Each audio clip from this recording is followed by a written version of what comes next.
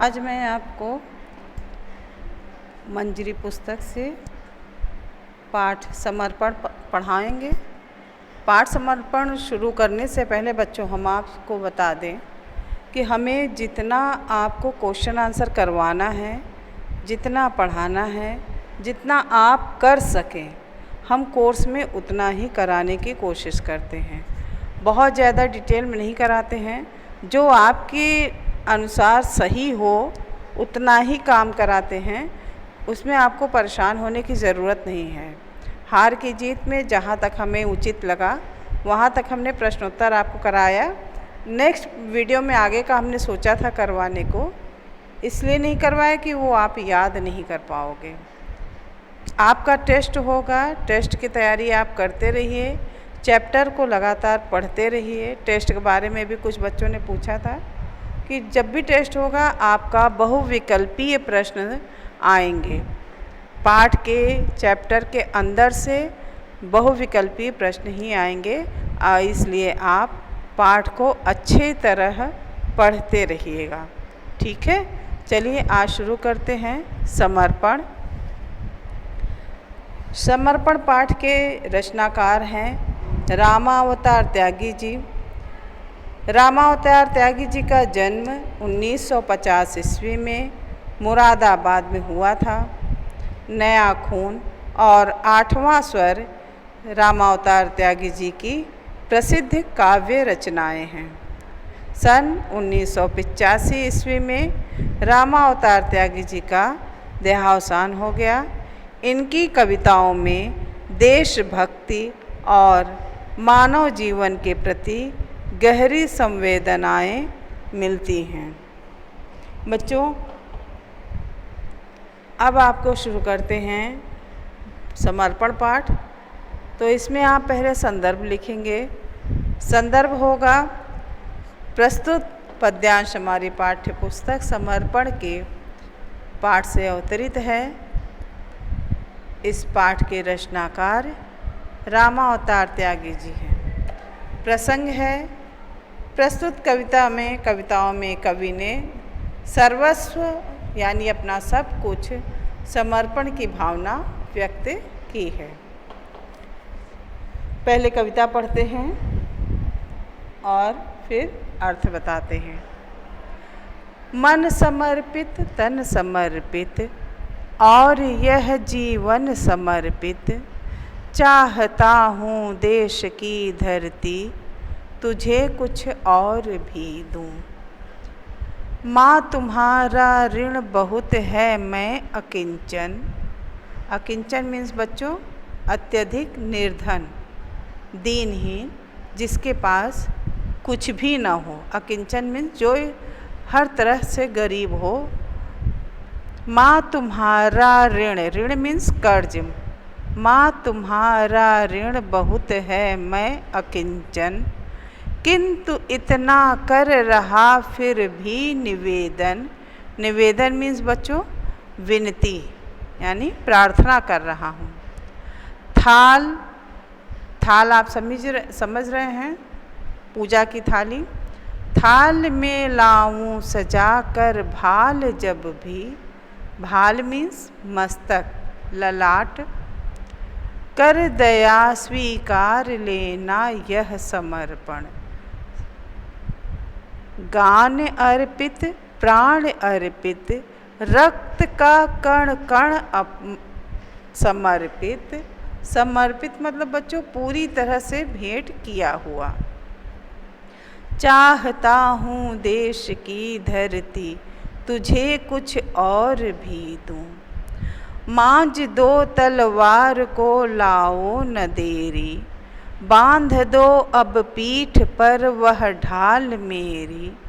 भाल पर मल दो चरण की धूल थोड़ी, शीश पर आशीष की छाया घनेरी।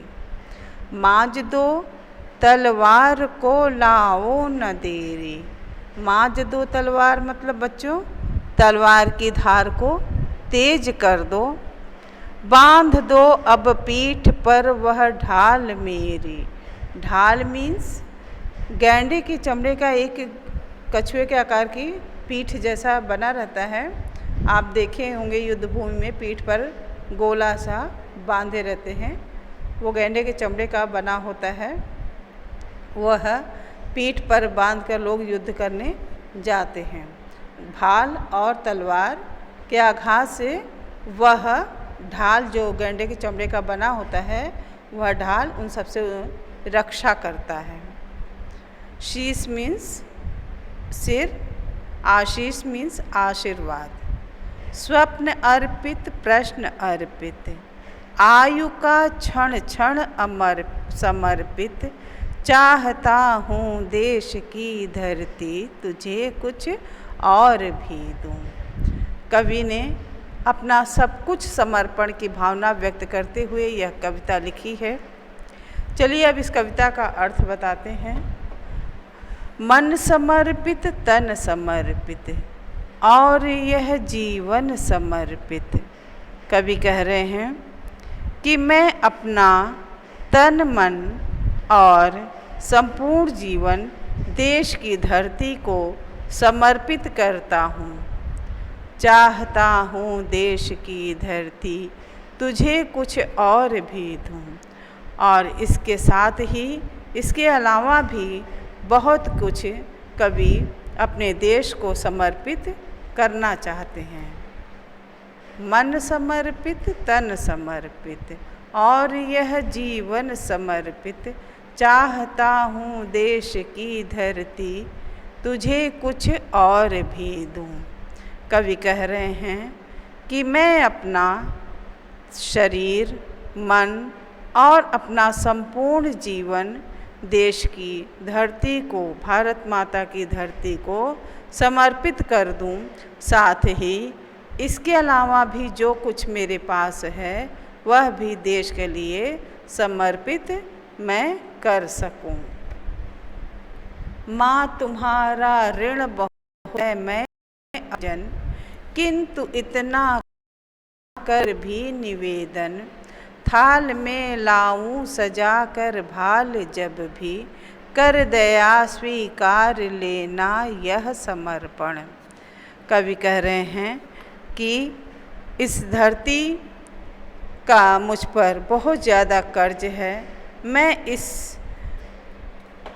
मैं इतना दीन दुखी हूँ कि इसे सब कुछ दे भी नहीं सकता, फिर भी मैं अपनी इस धरती रूपी माँ से यही प्रार्थना करता हूँ कि हे माँ, मैं जब भी आपका यह पुत्र, मैं जब भी अपना यह ललाट, यह मस्तक थाल में सजाकर तुम्हें समर्पित करने आऊँ, तो मुझ गरीब पर दया करके उसे स्वीकार लेना, उसे इनकार मत करना, उसे दया करके स्वीकार कर लेना। गान अर्पित प्राण अर्पित, रक्त का कण कण समर्पित, चाहता हूँ देश की धरती तुझे कुछ और भी दूँ। कवि कह रहे हैं कि हे धरती माँ, मेरे गीत, मेरे प्राण, यहाँ तक कि मेरे शरीर में जो खून की एक भी बूंद है, जो खून बह रहे हैं, उस खून की एक एक बूंद मैं तुम्हें समर्पित करना चाहता हूँ। इसके अलावा और भी मैं तुम्हें कुछ देने की इच्छा रखता हूँ। बच्चों, ये था कविता का अर्थ। आज की वीडियो में यहाँ तक ही। नेक्स्ट वीडियो में मैं इसके आगे का काव्य समझाऊंगी और अर्थ भी समझाऊंगी। आप अच्छे से पढ़ते रहिए, क्योंकि इन्हीं सब बीच से बहुविकल्पीय प्रश्न बनाए जाएंगे। ठीक है? तब तक के लिए धन्यवाद।